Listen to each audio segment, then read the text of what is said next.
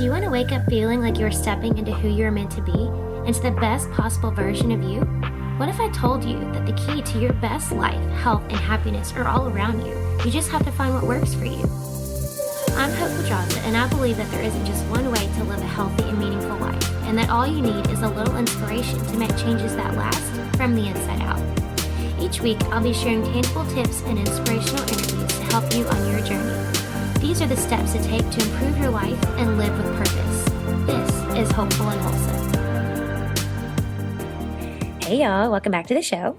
Today we're talking all about calcium. We're talking the good, the bad, what a calcium shell is, my thoughts on supplements, calcium supplements, all things calcium. And this is a good topic now that we've kind of talked about bone health. You can go back and listen to that episode. And I've talked just overall about minerals. And I want to specifically hone in on calcium. And similar to sodium, where I think, you can listen to my episode about sodium, there's a lot of misinformation and misinterpretation and just misunderstanding around sodium. I feel the same about calcium.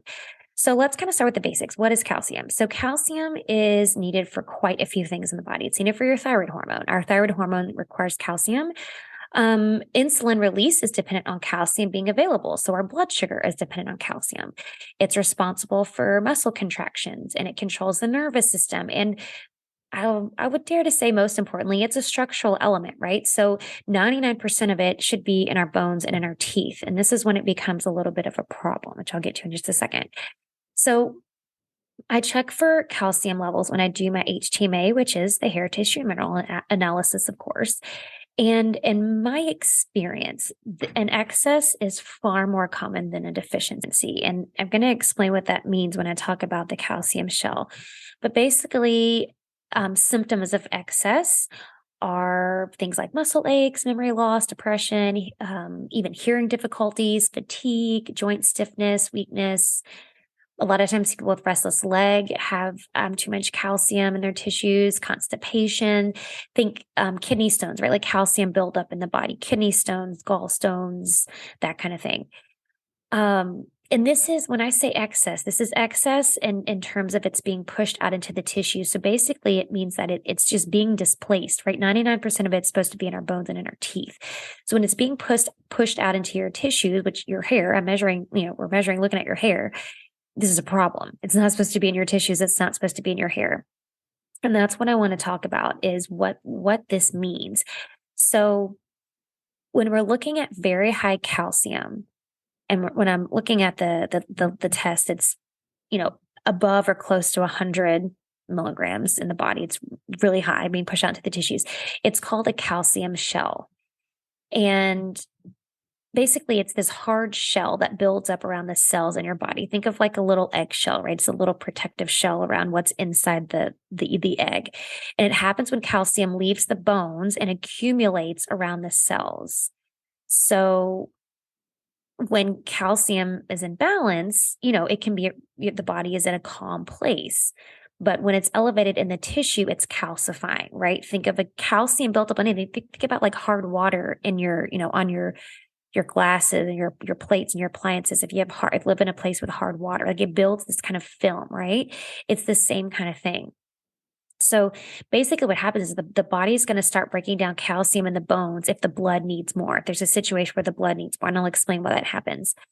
But there's a lot that goes into this. So when we're looking at the calcium shell, it's going to rely on some other minerals that are also out of balance. So first, think of sodium and potassium. These are the body's solvent minerals. Like these are the electrolytes, some of the electrolytes, right? They're needed for electrochemical signals in the body.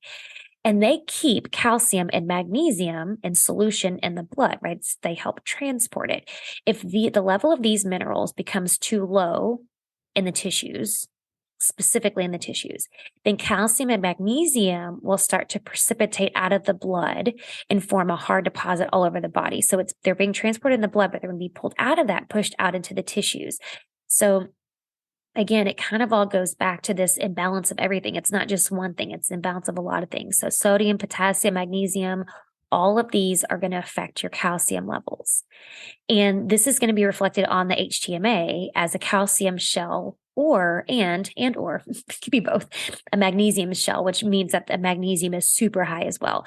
And I would say I don't know, in my experience, probably 75% of the time, there's both. Like calcium and magnesium are both high on the lab. So sodium and potassium decrease in the tissues when the adrenal glands are depleted, right? That's what happens. It's just going to drain your sodium and potassium stores, and which is super duper common, right? I talk a lot about the adrenals and what happens with the adrenals and the importance of, in my sodium episode, I talked about how important sodium is to the adrenals.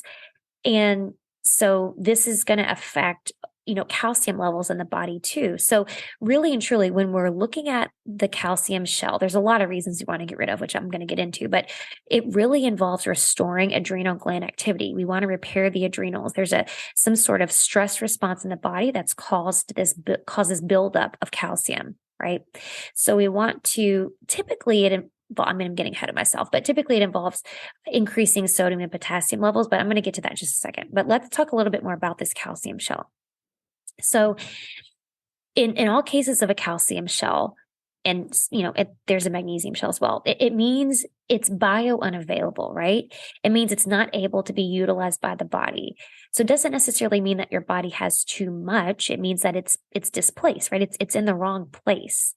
And so it instead of being in your bones and in your teeth, it's being deposited, and really in a pathological way, it's being deposited in soft tissues like your hair, which is what we're measuring, your arteries, your brain, your kidneys. And this is where it becomes really dangerous.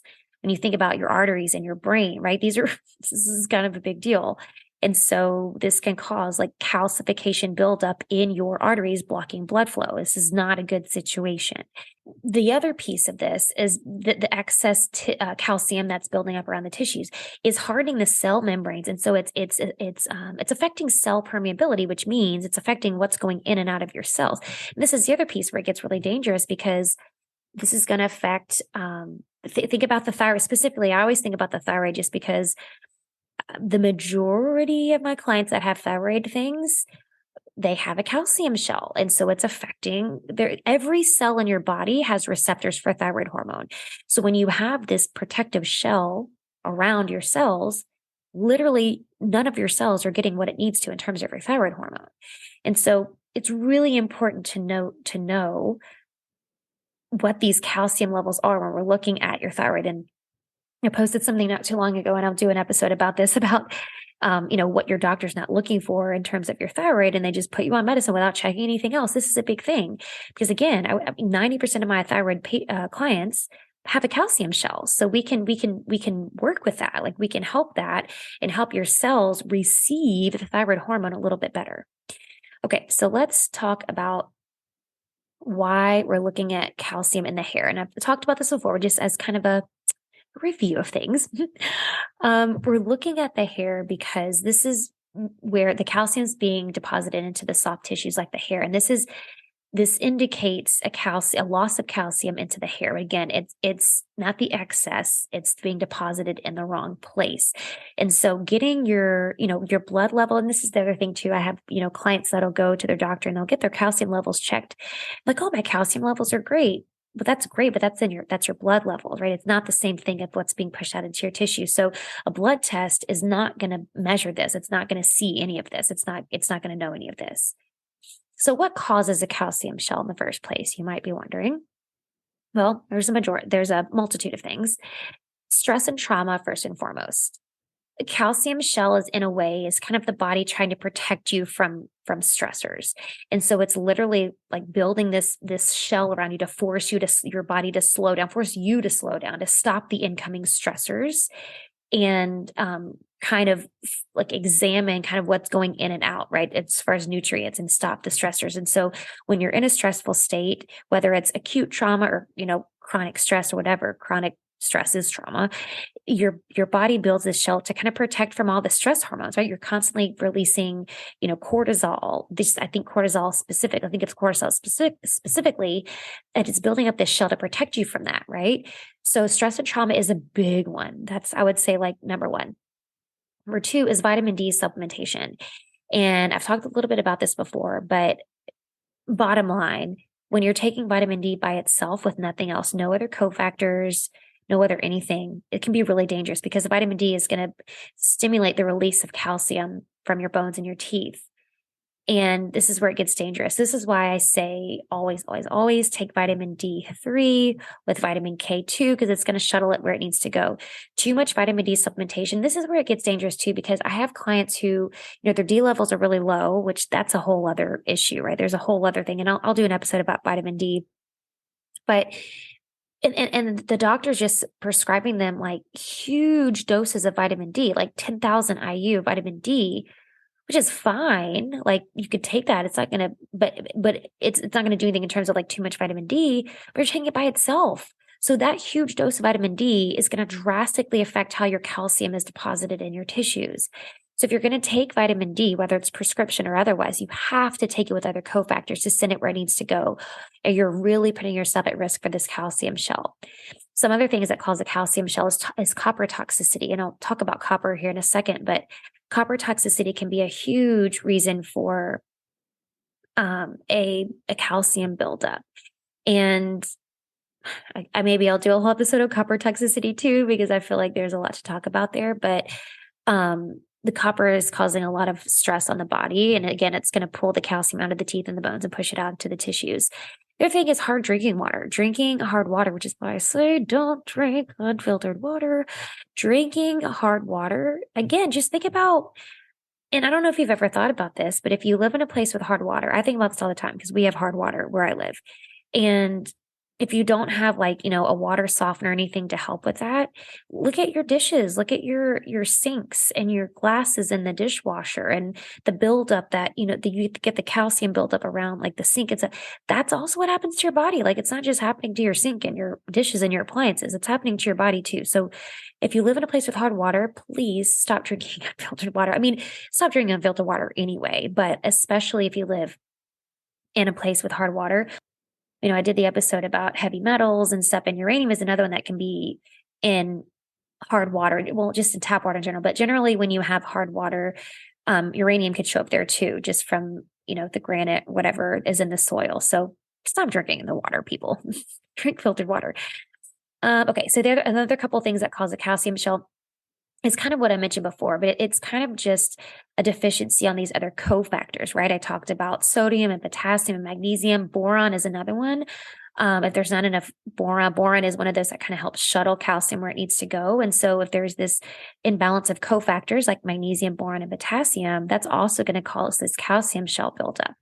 And then the last one I want to mention is iodine deficiency. And this one can be, and it's funny because, this also kind of goes with the thyroid. Iodine is really important for the thyroid. So if you see how things are all kind of related here, right? We talk about the calcium, we talk about the thyroid hormone and how the calcium shell affects the thyroid, but it's also iodine can affect that as well. Deficiency of iodine can cause a calcium shell buildup. So all of these can be, and a lot of times it's kind of a combination of all of these, because sometimes like I have clients that have the calcium shell and then they also have the copper toxicity. And then you have like the chicken or egg situation. Well, did they have the copper toxicity and that caused the calcium shell? Did they have the calcium shell first? Like, I don't know. There's no way for you to really know, but I'd say most of the time it's kind of a combination of these. Because very rarely am I going to have somebody with a calcium shell and then, all of their other minerals are in balance. Like it just doesn't happen that way. It's been this kind of snowball effect, right? This cascade effect of things happening in the body that's caused this. So it's never just one thing. So what are some symptoms of a calcium shell? How do you know if you have one? Well, first of all, you're not going to know unless you do the lab. So I'll say that. But the other thing is there are some symptoms that show up. And a lot of these are kind of like when I did the heavy metals episode, and you can't say there's like these specific symptoms are only, evidence of this specific thing. It never works like that. But there are some that where you can kind of start to see a pattern, right? You kind of start to see these combinations of symptoms and you kind of start to see a pattern.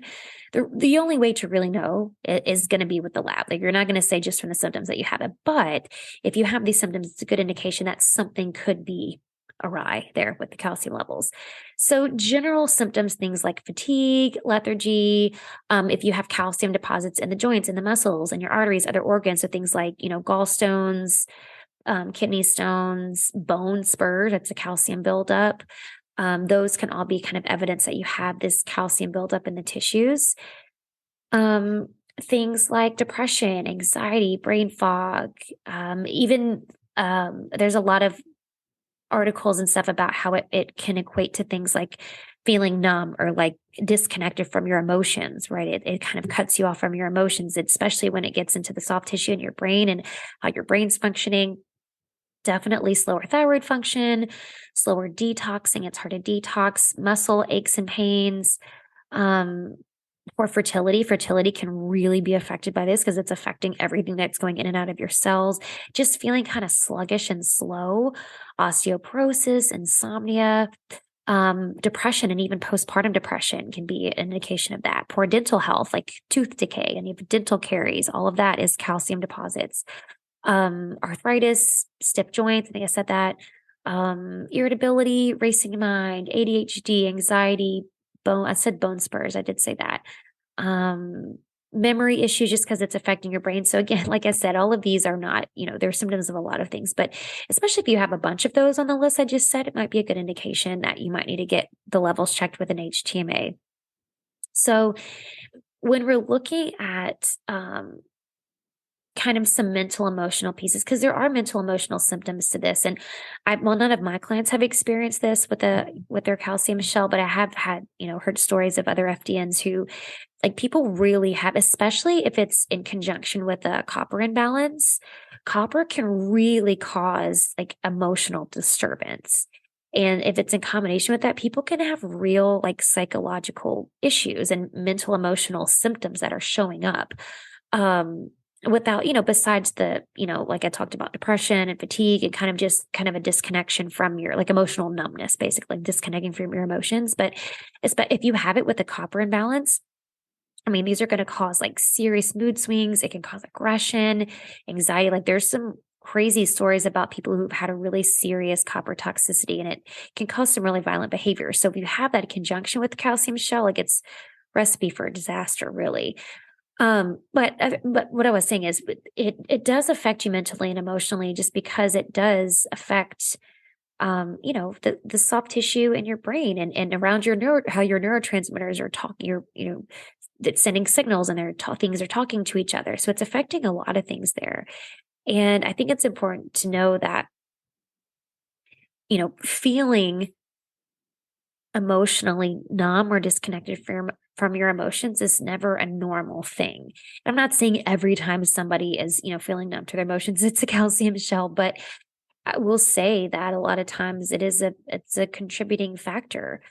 And, a lot of people just can't handle stress very well, and it leaves them susceptible to things like this. And it's this protective mechanism, and it can be to protect them from their emotions, right? Your body is I think we underestimate how intelligent our body is and how intelligently our body was designed and created. And we have all of these protective mechanisms to protect ourselves from harm. Like that's its job. And so a tired body is susceptible to things like this. People that already have low levels of sodium and potassium, and the calcium shell is going to be, kind of the next step. People who have overwhelming stress and they're not responding to stress, like your body's sending signals and you're not slowing down. Like I said before, like one of the reasons for this calcium shell is literally to slow a person down. It's, which is why chronic fatigue and lethargy can be real symptoms of a calcium shell. It's slowing you down, because it's like telling you like, hey, hold on. Like it's like alert, like something's going on, right? And so it's slowing you down so that it can start to kind of like address what's going on in the body, right? It wants you to stop. It wants you to slow down. It wants you to adjust the stress level so it can start to repair itself. The other piece of that I haven't mentioned is slow oxidation. So I think I talked a little about oxidation when I talked about the HTMA, when I talked about heavy metals. Oxidation is basically, think of metabolism, right? And when I talk about metabolism, I'm not talking about, skinny fat, any of that. Metabolism is your bodily processes. How quickly or slowly are you breaking things down? And slow oxidizers, people who break things down really slowly, this is a huge, there's a pattern here, right? Slow oxidation is a red flag for a calcium shell. And even if you don't already have one, it's typically like you could be on your way, right? And so this, when you're a slow oxidizer, it typically means that your adrenals are running really sluggishly, your thyroid is running really sluggishly, and you're just not able to break things down and get rid of things quick enough, right? Your body's holding on to things. And so think of things like fatigue, apathy, depression, joint stiffness, constipation, bloating, because you usually have low stomach acid because your sodium levels are low and you need sodium to make stomach acid. So this is also associated with like impaired cell permeability, things going in and out of cells, and it typically is a recipe for that calcium shell. So how do you correct it? Let's talk about that.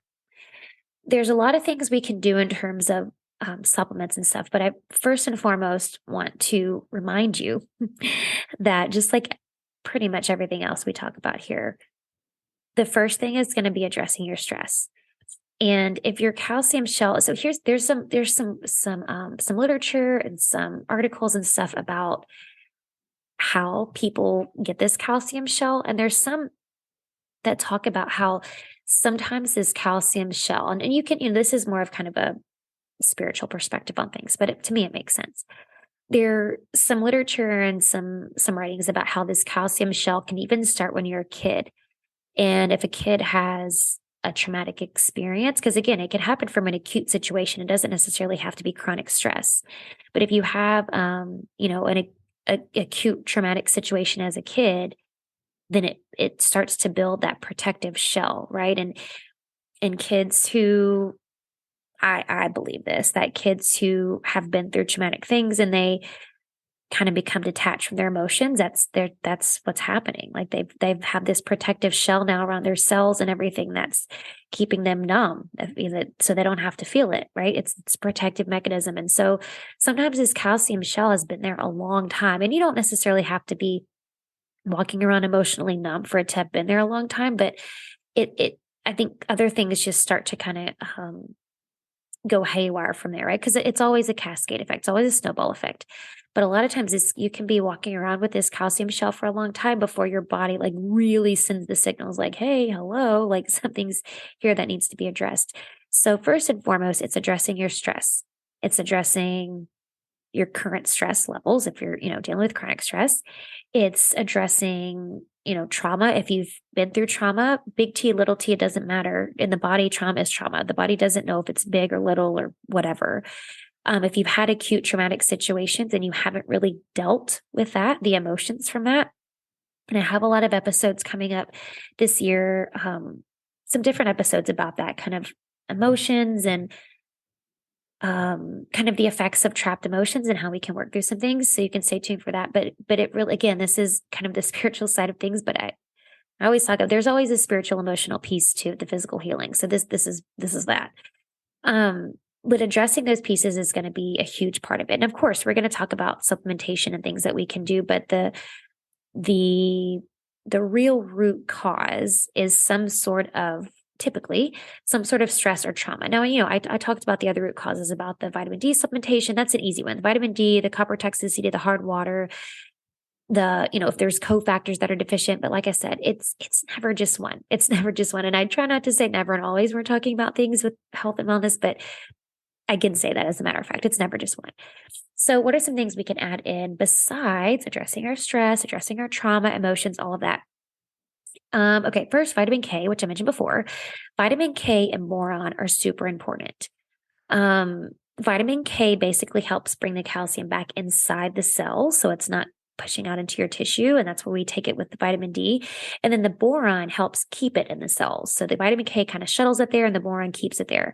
Vitamin K and boron are always included in my protocols for my clients who have the calcium shell, supporting the other cofactors, right? I talked about sodium, magnesium, potassium, those big four, which I guess it's three because we're already talking about calcium, but the other three of the big four, we want to support all those, and we want to work on your adrenals. So it's supporting the vitamin K and boron.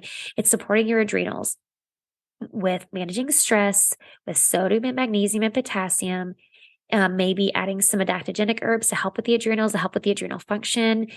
And And then you don't have to avoid calcium foods. Like your body still needs calcium. Again, remember, this is not that you have elevated calcium in the HTMA. It doesn't mean you have too much calcium like in the body, period. It means it's a displacement of calcium. It's a displacement. It's too much and it's being pushed out somewhere where it's not supposed to be. And so you still need calcium in your diet. Your bones and your teeth still need calcium and these other, the muscles and your thyroid and all that. So eating foods for calcium is the best place to get this. Things like leafy greens. They have eggshell powders now that you can take. If you like things like sardines, some other fish, bone broth, cooked leafy greens, especially that if you're eating them raw, it's not as bioavailable. So you want the cooked kind to help really get that. Things like almonds, soybeans, if you can tolerate soy, some beans like garbanzo or chickpeas, garbanzo beans or chickpeas. And then, dairy, of course, if you can tolerate dairy or if you do a dairy alternative that has been fortified with calcium. Here's the thing with calcium supplements that I want to talk about. There's some risk here. And that's why if you really read about calcium supplements in most cases are not necessary and can actually cause more harm than good. So if you're going to get it, I would recommend you getting it from your food and, including a fortified, plant-based milk if you want to do dairy or, non-dairy yogurt. All of those have been fortified with calcium. That's kind of, that or the cooked leafy greens. If you want to do an eggshell powder, okay. If you like sardines, go for it. Oh, that is not where I'm getting my calcium from. I'll tell you that. But if you like them, hey, go for it. They're good for you. But the calcium supplements really can cause some harm. There have been multiple studies that have found that there's really little to no benefit from taking calcium supplements for the prevention, specifically talking about hip fractures. There are recent studies that have linked calcium supplements with an increased risk of colon polyps, which are basically little small growths around your large intestine that can become cancerous. That's why when you get checked for polyps, it's not necessarily saying you have cancer, but they can become cancerous. So calcium supplements have been shown to increase risk of colon polyps, kidney stones, gallstones, and even a calcium buildup around your heart and the arteries around your heart. This is problematic for me. There's a 2016 study specifically that talked about how calcium supplements could increase risk of calcium buildup in the heart and the arteries. And this is scary to me, especially, in our Western world here, especially in the United States, where heart disease is really rampant and what is it, the number one or number two killer of Americans in terms of disease. And so the calcium supplements, I just have a concern that it really is contributing to more harm than good and contributing to things like heart attack and heart disease. And really, a lot of the evidence shows that your body can't process more than 500 milligrams at a time. And so you have these supplements where you're taking 500, 600, 700, even 1,000 milligrams at a time. Your body can't even process that. So if you are going to supplement, and especially if you listen to my osteoporosis episode, and the doc can tell you some more information there about that, but just make sure you're not taking more than 500 milligrams at one time. And because it is possible, and there is some researchers out there that think that higher calcium levels in the blood can trigger blood clots, or calcium can be deposited on artery walls especially taking too much at one time. So the RDA is 1,000 milligrams of calcium a day. And well, that's for women under 50. Women over 50, it's 1,200. So it's just an extra 200. So again, I'm going to list those dietary sources out again. Think almonds. I forgot to say oranges. Almonds, oranges. If you can tolerate soybeans. If you want to do dairy. If you are going to do dairy, raw grass-fed is best, right? Don't do the processed crap. It's full of a bunch of crap. Or do a non-dairy, right? Do a plant-based dairy, because all of those have been fortified with calcium. If you want to find an eggshell powder, sardines, bone broth, cooked leafy greens like kale and spinach, especially, but cooked beans like garbanzo beans or chickpeas, all of those are, figs. That's another one. I forgot to say figs. Those are all sources of calcium. You can get those from that rather than supplement. That's going to be ideal. And then too, if we're talking about bone health, calcium isn't the only way to strengthen your bones, right? being active, exercising on a regular basis protects your bones, protects your bone health, especially weight bearing activities. And so even the simple thing like walking is a weight bearing activity that can help with strong bones, weight training, strength training, especially. And I will say this until the cows come home, that all women as we age need to be incorporating weight training, strength training. You need to be lifting weights. I'm not saying you have to go join a CrossFit gym and do CrossFit or whatever. Go to the gym and lift some weights. That's it.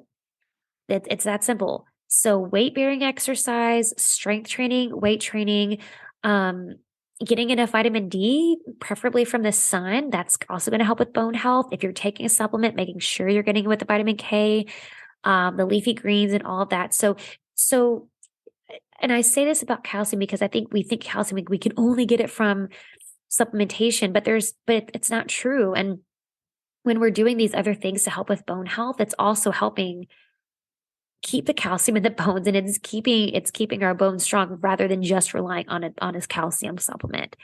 So the other thing I wanted to mention too about calcium, if you are going to take a calcium supplement, now there are multiple research studies that show this, that calcium should not be taken by itself. Should not be taken by itself, which is why K2, which I've already mentioned before, K2 is so important. These studies are showing that people who supplement calcium should also be taking magnesium and vitamin K to make sure that it goes to the right place, right? That it's going to the right places and that it's being sent to the right place. And it basically K2 is going to keep it out of your arteries. That's why K2 is so important. So if you're going to take if you find like which actually these do exist, if you want to take like an all-in-one supplement, if you are looking to supplement, you could do calcium, magnesium, vitamin K, vitamin D, and boron. Like all of those in one would be a great supplement. I will say though, a lot of times those like kind of all-in-one supplements don't have, in my opinion, don't have enough magnesium because ideally you're getting 500 times your body weight magnesium and most of them don't. So you might have to add to that. If you get a magnesium and it's like 250 milligrams and the kind of the all-in-one thing with the K2 and the magnesium and the calcium and the D, maybe you add another, 250 by itself. But either way, the point is to not take calcium by itself. It's frustrating to me that, women who are aging are, going to their doctors and, all the doctors do is tell them to go take calcium. Again, I get it. Most of them are not trained in this, but it's just frustrating to me that you're going to recommend something, but there's just not enough information to go with on that. And same thing with vitamin D. So neither one of these should be taken by itself. When you take calcium by itself, you are setting the stage for calcifying your arteries, right? You're setting the stage for a heart attack. I'm not kidding. So the data that's published about vitamin K2 and its protection against heart disease is really powerful. And you can go Google some stuff there about the data about K2. But K2, I think, could be so helpful in helping prevent heart disease in this country and other Western countries that are dealing with this. I think one of the studies was saying that the people with higher intake of K2 have a 57% reduction in risk of dying of heart disease. 57%. You're literally reducing your risk by over half. That's crazy to me. And women taking K2 have reductions in fractures as high as 81%. So an 81% reduction in fractures when you take K2. So I cannot tell you how important it is for you to take K2 and include that with everything else that you're taking. So if your doctor is telling you need to take calcium, if you're looking at things like osteopenia, osteoporosis, and you need to take calcium, get you a good combination with all these other cofactors, K2, boron, magnesium as well needs to be taken with it as well, right? Just to put all of that together and the D, put all of it together. Okay, I think that's all I want to say about this topic. This was a lot. Let me know if you have questions on this. I'd love to hear your thoughts. If you're curious, if anything I've been talking about, you're like, oh crap, I've got like all of those symptoms and you want to talk more about what it looks like. My HEAL program is kind of the self-guided program for you to get your HTMA, and I give you the protocol and you kind of go at it on your own. Of course, there's always opportunities for one-on-one work, but if you want to kind of go it go at it by yourself, kind of on your, not by yourself, but more self-guided, I guess, because I do give a little support in there. But anyway, it's specifically about the H2MA, and that would give you a good indication if doing that lab, if you do in fact have the calcium shell, if it's something that you need to work on. So anyway, let me know your thoughts on this, questions, and I will see you next time. Thanks for listening to Hopeful and Wholesome, y'all. If you found value in this week's episode, please subscribe on iTunes or wherever you listen to your podcast and leave a review to let me know what you thought. I'd love to know what you find useful in these episodes so I can know how to provide the most value I can to my listeners. And if you have topics you'd like to know more about, I'd love to hear those as well. So shoot me a message on Instagram, Facebook, or LinkedIn. It's @TheHopePedraza, or you can visit my website, hopefulandwholesome.com. Thanks, y'all.